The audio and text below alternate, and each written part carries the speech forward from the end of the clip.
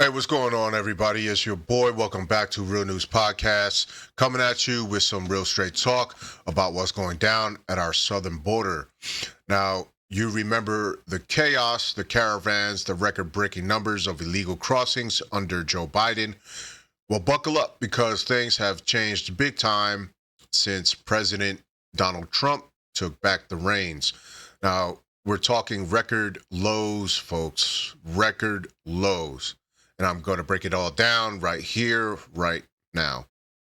Now, if you have not subscribed to my X, run on over there and check it out. Real News Podcast, Real News 411. Let me run down. So this illegal boarding crossing.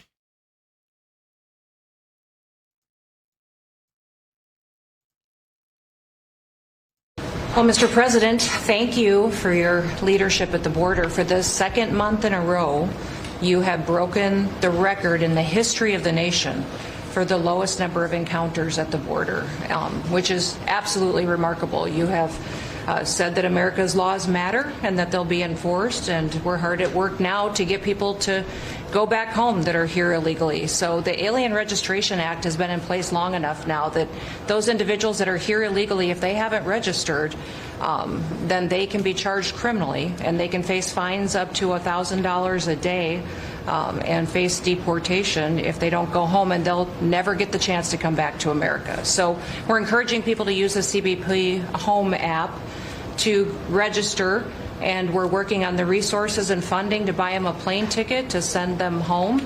I went to El Salvador, Colombia, and Mexico, and those countries and others are thinking about setting up programs to support these individuals when they get back to their countries. So when they get there, they'll have housing and food assistance, and so making sure that these folks have the opportunity to go home so that they can get the chance to come back to America is important. And so it's a very big self-deport operation that we're starting. Thousands of people have already self-deported. Well, we're just going to, we got 21 million people that need to go home because they're here breaking our laws, then we need to facilitate that. And I've been working with the governors a lot lately on several different issues. One of them has been on FEMA for recommendations on how to do exactly what you've directed us to do. And then also I sent a letter and communicated with them that they need to be setting up a SCIF. Some of our governors don't have secure facilities to have national security issues. I think one of the jobs Homeland Security has is to give communication down to states, to local cities and communities. And so recommending they get a SCIF, they have secure comms with them at all times or nearby so that they can have national security conversations, and then to have somebody in their office designated that is their communications person. A lot of them have emergency management officers, but they don't necessarily have somebody designated when it comes to a national security issue that we may need to communicate with them on. And I think American people need to know that Real ID will be required to travel on May 7th. So those governors have been notified to communicate that at home. We don't want anybody to get delayed and not be able to travel when they get to an airport. And this will also help us bring integrity back to all of our IDs and how they're used for issuing driver's licenses. And governors know how I feel about making sure their driver's licensing system has integrity, because a lot of people use their driver's license to vote. And the backbone of our country and the foundation is election integrity. So we're giving all those directions to our governors and communicating that so they can lead on it as well. And we're going to work with people so that if they go out in a nice way and go back to their country, we're going to work with them right from the beginning on trying to get them back in legally. Is that right? A chance to come back. So it gives you a real incentive. Otherwise, they never come back. They'll never be allowed once a certain period of time goes by, which is probably going to be 60 days.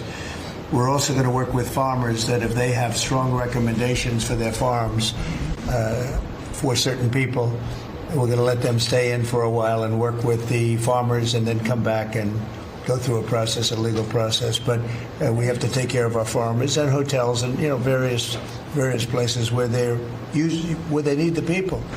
And we're going to be working with you very carefully on that. So a farmer will come in with a letter concerning certain people saying they're great, they're working hard. We're going to slow it down a little bit for them. And then we're going to ultimately bring them back. They'll go out, they're going to come back as legal workers Okay? Yes, sir. Thank you. Which I think will be I think it's very important to do. All right, so let's start with the facts because facts don't care about our feelings. In March 2025, there were only 29,065 illegal border crossings nationwide. That's it. Compare that to March 2024, we had a whopping 246,000 crossings. On March 2023, we had 259,000. And March 2022, we had 250,000. Now that's over 250,000 people each month under Joe Biden, folks. And that's not even counting the ones who slipped through. It's an invasion, plain and simple. But now it's a different game. At the southwest border, Border Patrol agents report an average of just 264 apprehensions per day in March 2025. That's 20% lower than February and a jaw-dropping 94% lower than the 4,488 per day. We saw in March of 2024. Now, acting CPP Commissioner Pete Flores put it best. U.S. Border Patrol's apprehensions along the southwest border for the entire month of March 2025 were lower than the first 2 days of March of 2025. Let that sink in, people. This ain't no accident. This is what happens when you put a real leader in charge. Someone who respects the law, ain't afraid to enforce it. No more catch and release nonsense. No more security. No more sanctuary city garbage. No more open invitations for people to break into our country. Donald Trump's bringing back order, and the numbers prove it. And it's so far being really consistent. But you know what? There's more. Starting May 7th, 2025, every American is going to need a real ID to travel domestically or get into certain federal spots. Some of you might think like, why does that matter? Because it's about security, national security, and election integrity as well. This real ID thing kicked off back in 2005, actually, after 9/11. And it's all about making sure terrorists can't exploit our asylum laws and tightening up on who gets in and out.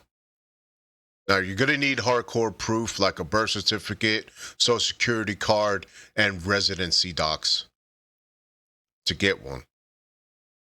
Now, starting May 7th, you ain't boarding a plane or stepping into a federal building without it. Now, and check this. It's also about keeping our elections legit.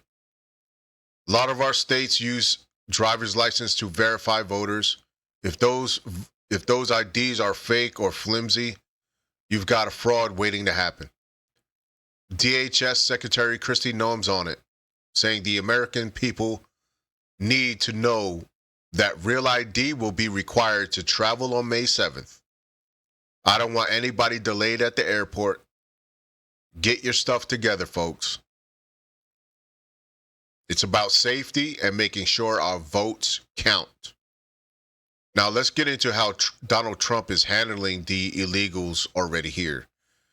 Now, we can't pretend that the millions of flooded into our country under the Biden administration doesn't exist right now, right? So what's the play? And it's tough, it's fair, and it's really smart, actually. DHS is pushing self-deportation through the CPB Home app. They're even talking about hooking people up with plane tickets home if they leave on their own. And also to get this, they're negotiating with countries like El Salvador, Colombia, and Mexico to set up programs with housing and food assistance for their own citizens who come back. Here's the catch. They can only reapply to enter the United States legally later on. Thousands have already bounced, but Noem says there's still 21 million who need to go because they're just here breaking our laws. Now, Donald Trump's laying it out clear. We're going to work with the people so that if they go out in a nice way and go back to their home country, we're going to work with them right from the beginning point, trying to get them back in. You leave voluntarily, you get a shot to return legally. You don't, well, there's a 60-day clock, and then you're banned for good. That's accountability. For the farmers and businesses hooked on illegal labor, Trump's got their backs too. He's like, if a farmer has strong recommendations for their workers, we're going to let them stay for a while and work with the farmers, then come back through a legal process. He's not here to tank our agriculture or hotels. He's balancing the needs of our people with the rule of law. I know the bleeding hearts are going to cry, what about the kids? What about the families? And I feel you. But we can't let the sob stories override the law. If we don't have borders, we don't have a country. It's that simple. Now, Donald Trump's team is making it as humane as possible, offering up to leave and a path back legally. But the law is the law at the end of the day. Now, the haters will call it a political games, but the results shut them up. Crossings are down, way down. It's not a stunt, that's success. And it's about, it's not about just about immigration. It's about security. Open borders let in anyone. Good folks, sure. But you also let in criminals, traffickers, maybe even terrorists, and we just can't play that game right now. Let's think about your wallet. Illegal immigrants bleed taxpayers dry. Billions on healthcare, billions on schools, you name it. Cracking down means more cash for the roads, hospitals, and our kids. Now, the left's going to scream racism, but this ain't about color. It's about law and order. The media won't tell you that. You know, they're just too busy spinning lies after lies after lies, right? This is what leadership looks like, fam. Donald Trump's proving the American people made the right call by putting him back in charge. The border is secure, the laws are upheld, and our country's stronger for it. But the fight ain't over. The truth needs warriors. So right now, I need you to be a warrior. Drop your comments below, hit that thumbs up. Make sure you subscribe because we're just getting started. So until next time, stay sharp, stay smart, and I'll see you in the next one. Peace.